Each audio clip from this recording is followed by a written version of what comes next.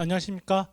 여러분들 이번 시간 내에 여러분들하고 이제 군수직 2026년도 7급 기출풀이 시작해 보도록 하겠습니다.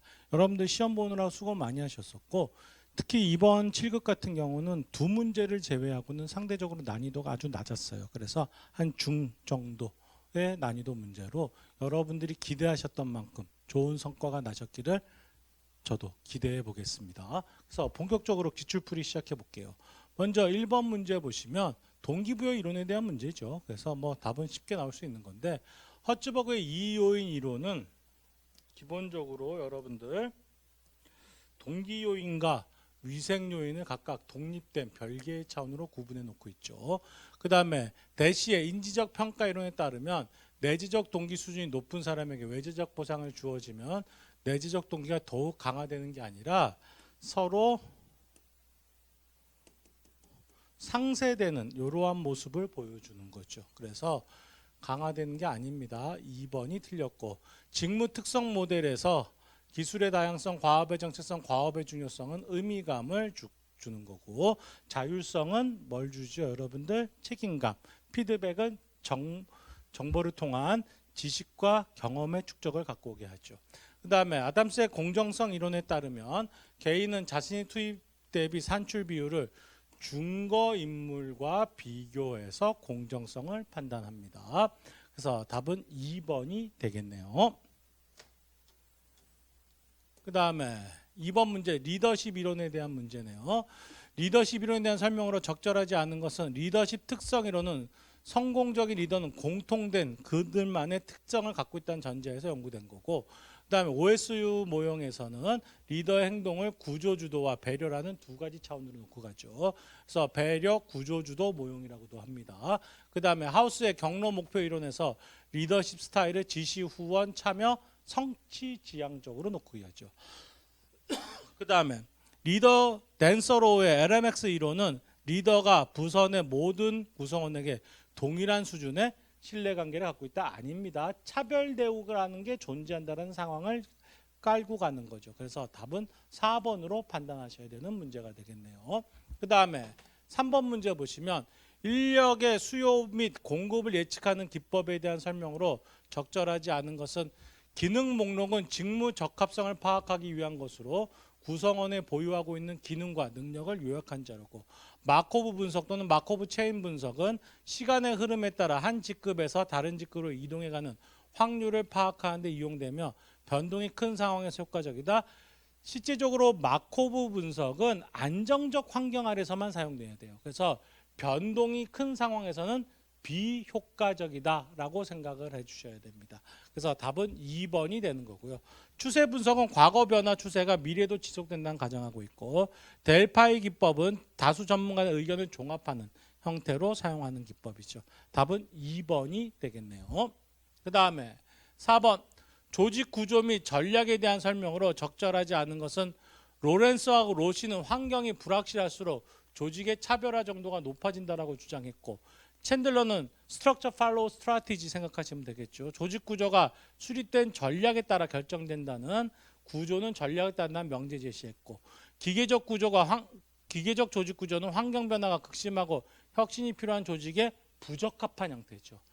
환경의 변화가 극심하고 혁신이 필요한 조직에서는 유기적 조직이 효과적이라고 보는 겁니다. 그래서 답은 3번으로 판단하셔야 되고 유기적 조직 구조는 분권화된 의사결정과 낮은 공식화 수준을 특징으로 가져가고 있다라고 판단하셔야 되겠죠. 답은 3번이 되겠네요. 그 다음에 5번 직무 분석 결과를 교육훈련 요구 분석. 여기서 여러분들 요구 분석이라는 거에 포커스를 좀 둬야 됩니다. 활용하는 방법으로 적절한 것, 직무 기술서에 명시된 물리적 작업 환경의 개선이 아니라 실제적으로 직무 명세서에 명시된 수행 요건을 만들어내기 위한 작업이죠.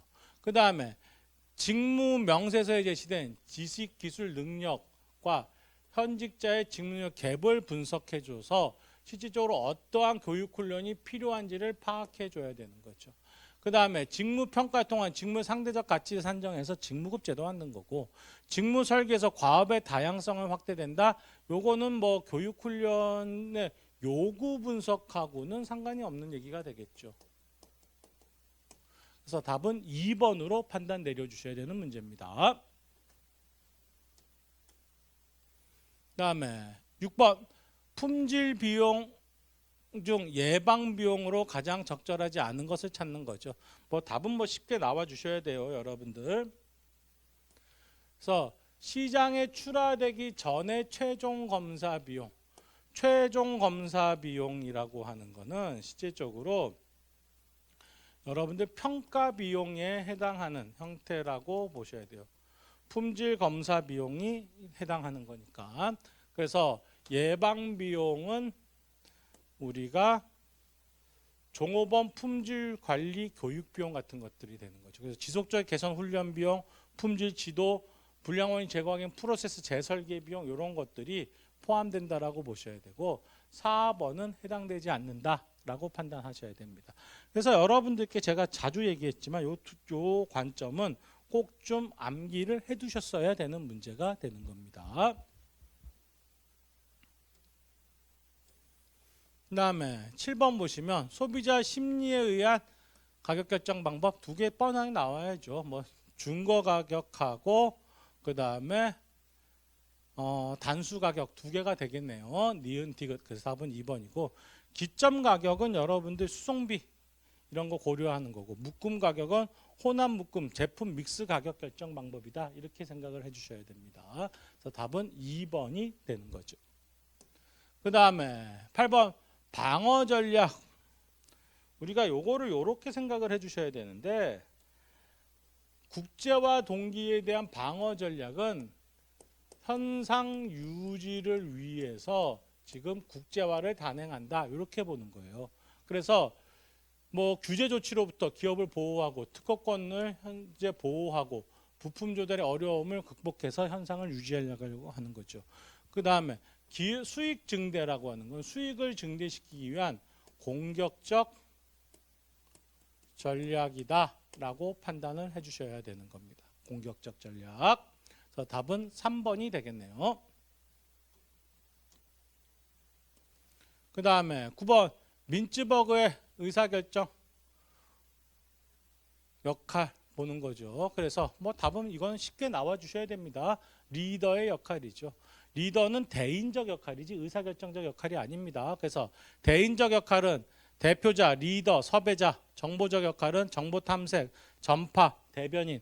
그 다음에 의사결정적 역할은 기업가, 혼란 수습, 뭐 자원 배분 역할 이런 것들이 된다라고 꼭 암기를 해두셨어야 되는 거죠. 이런 거는 기본 문제입니다. 답은 1번이 되는 거고요.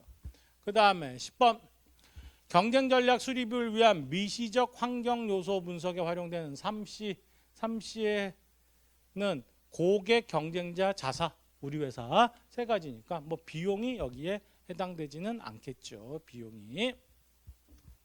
그 다음에 11번 기업이 도입하고 있는 인사평가 구성 요건 중 피평가자 저항, 평가를 받는 사람이 저항을 우리가 고려해야 되는 건 그 사람들이 받아들일 수 있느냐죠. 그래서 답은 수용성이라고 여러분들이 판단 내려주셔야 돼요. 약간 국어시험 문제 같죠. 이런 거는. 그 다음에 12번 원가 우위 전략을 활용하는 기업의 특징으로 적절하지 않은 거. 원가 우위 하려면 비용을 우리가 아낄 수 있어야 되겠죠. 규모의 경제, 학습 효과, 소비자의 다양한 요구를 축적하려면 원가보다는 비용은 많이 들지만 고객화적 접근을 해줘야 되겠죠. 답은 3번으로 판단 내려주셔야 되는 아주 쉬운 문제가 됩니다. 그 다음에 13번 CAPM에서 체계적 위험. 체계적 위험은 통제 불능 위험이죠. 통제 불능 위험. 그래서 가장 적절한 건 분산 투자에 완전 제거할 수 있는 위험이다. 그건 비체계적 위험이고 경기 변동이나 이자율 변동, 시장 전체에 미치는 시장 위험으로서의 통제 불능 위험. 이게 체계적 위험이 되겠죠. 답은 2번으로 판단을 하셔야 되는 겁니다. 그 다음에 14번 영업 레버리지 효과에 대한 설명으로 가장 적절한 것을 찾는 건데 영업 레버리지라고 하는 거는 기업의 고정비와 변동비 구조에 따라서 매출 변화가 영업이익에 얼마나 민감하게 반영되는지를 보는 거죠. 그래서 답은 여러분들 1번으로 바로 판단을 내려주셔야 되는 문제예요. 그 다음에 15번 브랜드 관리에 대한 설명으로 적절하지 않은 것을 찾는 거네요. 그래서 브랜드 자산은 브랜드가 제품 또는 서비스에 대한 고객 반응에 미치는 긍정적 차별 효과를 의미하며 마케팅 및 재무적 가치를 가진다라고 볼 수가 있는 거고요. 그 다음에 브랜드 포지셔닝은 제품 속성, 편익, 소비자 가치 등 수준에서 이루어지는 거고, 브랜드 확장은 새로운 브랜드명을 새로 개발, 이게 틀렸네요. 브랜드 확장, 기존 브랜드 인지도를 활용해서 새로운 제품까지 서비스 카테고리를 확장하는 형태가 브랜드 확장이 되니까 답은 3번이 적절하지 않은 설명이 되겠네요. 그 다음에 공동 브랜드는 2개 이상 브랜드를 하나의 제품을 결합해서 시너지를 내는 거고요. 그 다음에 16번 다음 내용으로 적절한 것은 무엇인가? 조직의 전략을 여러 관점의 성과 지표를 결합하는데, 이때 구성원의 역량, 조직 학습이 내부 프로세스를 개선시키고 고객 가치와 재무 성과를 이어진다. 밸런스 스코어 카드가 되는 거죠. 답은 4번이 되는 거네요. 뭐 MBO 목표에 의한 관리, 보스 행위 기준 국가법, 행위 관찰 국가법이 되겠네요. 그 다음에 KPI 핵심 성과 지표들을 얘기하는데, 주로 이 핵심 성과 지표는 스마트 원칙 같은 것들을 지표화시켜서 활용되는 경우가 많습니다. KPI.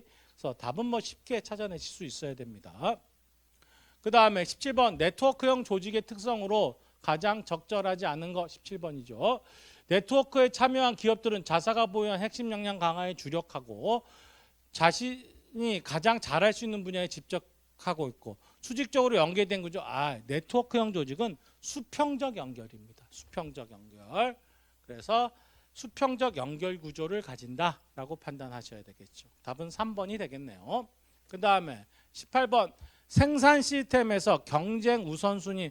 생산 시스템 설계에서는 원가, 그 다음에 품질, 납기, 유연성 3개인데, 뭐 보시면 고객화, 저원가 동시에 만족시키기는 어렵고 상충관계 존재하니까 경쟁 우선순위의 선택은 각 세분시장의 요구와 경쟁사들의 반응을 고려해야 하므로 마케팅 부서와 생산 부서 간의 공동 노력이 필요하고, 원가 경쟁력은 상대적으로 낮은 가격의 투입 자원을 확보하거나 생산성을 향상시킴으로써 얻어질 수가 있고, 신뢰성 경쟁력이라고 하는 건 품질의 일관성과 그 표준화되고 공인기관에 인증받아서 믿을 수 있게끔 만들어주는 거죠. 그래서 기업에 대한 고객의 신뢰를 얻어낼 수 있도록 효과적으로 AS 제공한다, 이런 개념이 아닙니다. 그래서 시스템 설계인데 답은 4번으로 판단 내리셔야 되겠네요. 그 다음에 19번 시장 세분화에 대한 설명으로 가장 적절하지 않은 것은 목표 시장은 가장 크고 성장 속도가 빠른 세분 시장이어야 된다. 목표 시장은 우리가 특화할 수 있도록 쪼개줘야 되는 거예요. 그래서 1번이 틀린 설명이 되겠네요.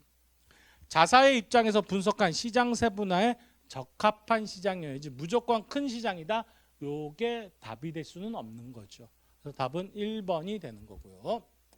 그 다음에 20번 듀퐁 분석을 통해 자기자본 이익률. 여러분 듀퐁 분석이란 말이 나와서 힘들어할 수 있는데 뭐 자기자본 이익률 생각하시면 돼요. 그래서 가장 적절하지 않은 것을 찾는 건데, 이거 요렇게 보세요. 듀퐁 분석이라고 하는 게 결국에 우리가 많은 공식에서 봤지만 매출액 순이익률과 총자산 회전율, 자기자본 승수. 자기자본 승수는 자기자본분의 총자산을 얘기하는 건데, 이걸로 ROE 계산하는 거, 이게 듀퐁 분석이에요. 그래서 각각 고배 함수니까 다 높여줘야 되겠죠. 그래서 매출액 순이익률을 높이기 위해서는 판매량을 늘리기 위한 마케팅 판매 전략 강화할 필요가 있고, 비용을 줄이기 위해 운영 효율성을 향상시켜줘야 되고, 이익 증가시키기 위해 재무제표를 정확하게 작성해줘야 돼요.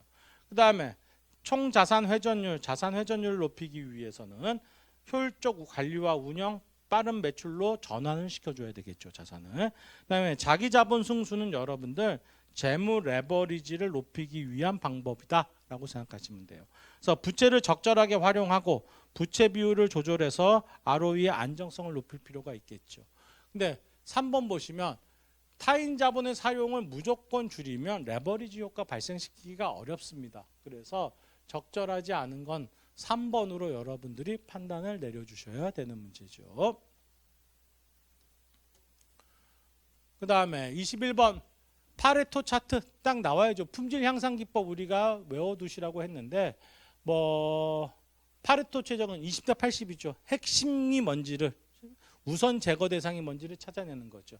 그래서 답은 4번으로 여러분들 핵심 고장 원인, 불량의 원인을 집중적으로 관리해 주는 거죠.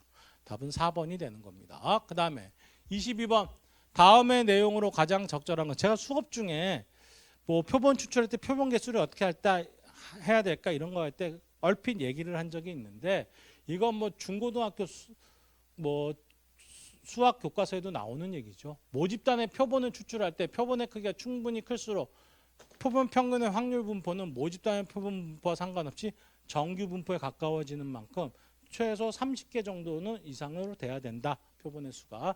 이걸 중심 극한의 정리라고 얘기를 해줍니다. 중심 극한의 정리.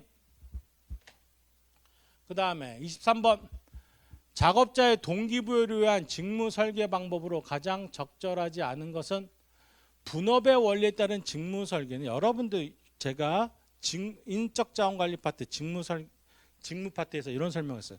축소에서 확대로 변했다. 그래서 분업의 원리에 따른 직무 설계는 동기부여 이전의 효율성 강조하는 고전학파적 접근 방식이에요. 그래서 답은 1번으로 판단을 내려주셔야 됩니다. 그 다음에 24번 주식회사 국방은 2024년 1월 1일 뭐 요거 요렇게 계산을 해줘야 되는데 100만 원을 취득했다. 신규 부품을. 해당 비품의 잔존 가치는 20만 원. 매용 연수는 4년. 정액법으로 감가상각한다. 정액법에 의해서 우리가 감가상각하는 거는 취득 원가 마이너스 잔존 가치를 내용 연수로 나눠주는 거죠. 그러면 정액법에 의해서 연간 감가상각비는 20만 원이 되겠네요. 네, 주식회사 국방은 2025년 12월 30일 결산 및 감가상각을 정상적으로 완료한 직후 이 비품을 50만 원에 매각했을 때 발생하는 처분 손익을 따져줘야 되는 거죠. 그러면 2024년 1월 1일 취득해서 2025년 12월 31일까지 총 2년 동안 감가상각을 진행한 겁니다. 그러면 2년분이니까 연간 감가상각 20만 원이니까 2년치 하면 40만 원이 되겠네요. 그리고 매각 직전 장부 금액은 우리가 취득 원가에서 감가상각 누계액을 빼주면 됩니다. 그러면 취득 원가가 100만 원에서 40만 원을 빼주니까 60만 원이 되겠죠. 그러면 처분 손익은 처분 금액은 지금 50만 원이었어요. 근데 우리가 매각 직전 장부가를 봤더니 60만 원이었어. 그럼 얼마? 마이너스 10만 원이 되겠죠. 그럼 마이너스 붙었으니까 뭐예요? 10만 원의 처분 손실이 발생했다. 이렇게 판단 내려주는 겁니다. 그래서 10만 원의 처분 손실 1번이 답이 되겠네요. 1번. 그 다음에 25번 컨설팅 및 컨설팅 통합 서비스에 관한 설명으로 적절하지 않은 것은 이 문제는 상당히 조금 어렵게 느껴지셨을 거예요. 그래서 좀 생소할 수 있는데 레거시 시스템이라는 걸 우리가 잘 생각하시면 됩니다. 그래서 대기업이라 할지라도 새롭고 복잡한 시스템 기반 구조 전체를 구현하고 관리하는 데 필요한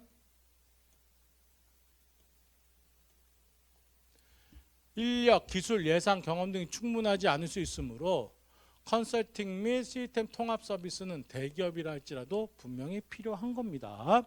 그 다음에 소프트웨어 통합에서 레거시 시스템이라고 하는 것은 레거시 시스템은 과거에 개발되어 현재까지 사용 중인 오래된 구형 시스템을 레거시 시스템이라고 합니다.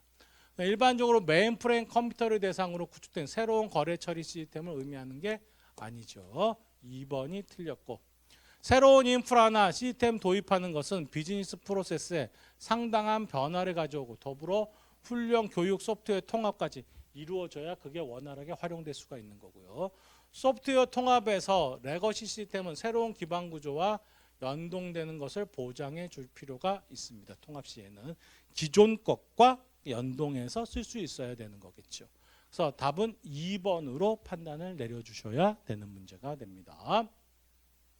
그래서 이렇게 해서 여러분들하고 7급 기출문제 풀이를 맞춰보겠습니다. 실제로 여러분들 7급 시험이 상당히 문제가 깔끔하고 쉬웠어요. 쉬웠고 뭐 대신에 한 두 문제 정도 여러분들 어렵고 까다로운 문제가 있었다고 볼 수는 있겠지만 실질적으로 중정도의 난이도로 뭐 어렵지 않았던 7급 시험이다라고 볼 수 있습니다. 그래서 꼭 좋은 성과를 내셨기를 기대해 볼게요. 여러분들 수고 많이 하셨습니다. 감사합니다.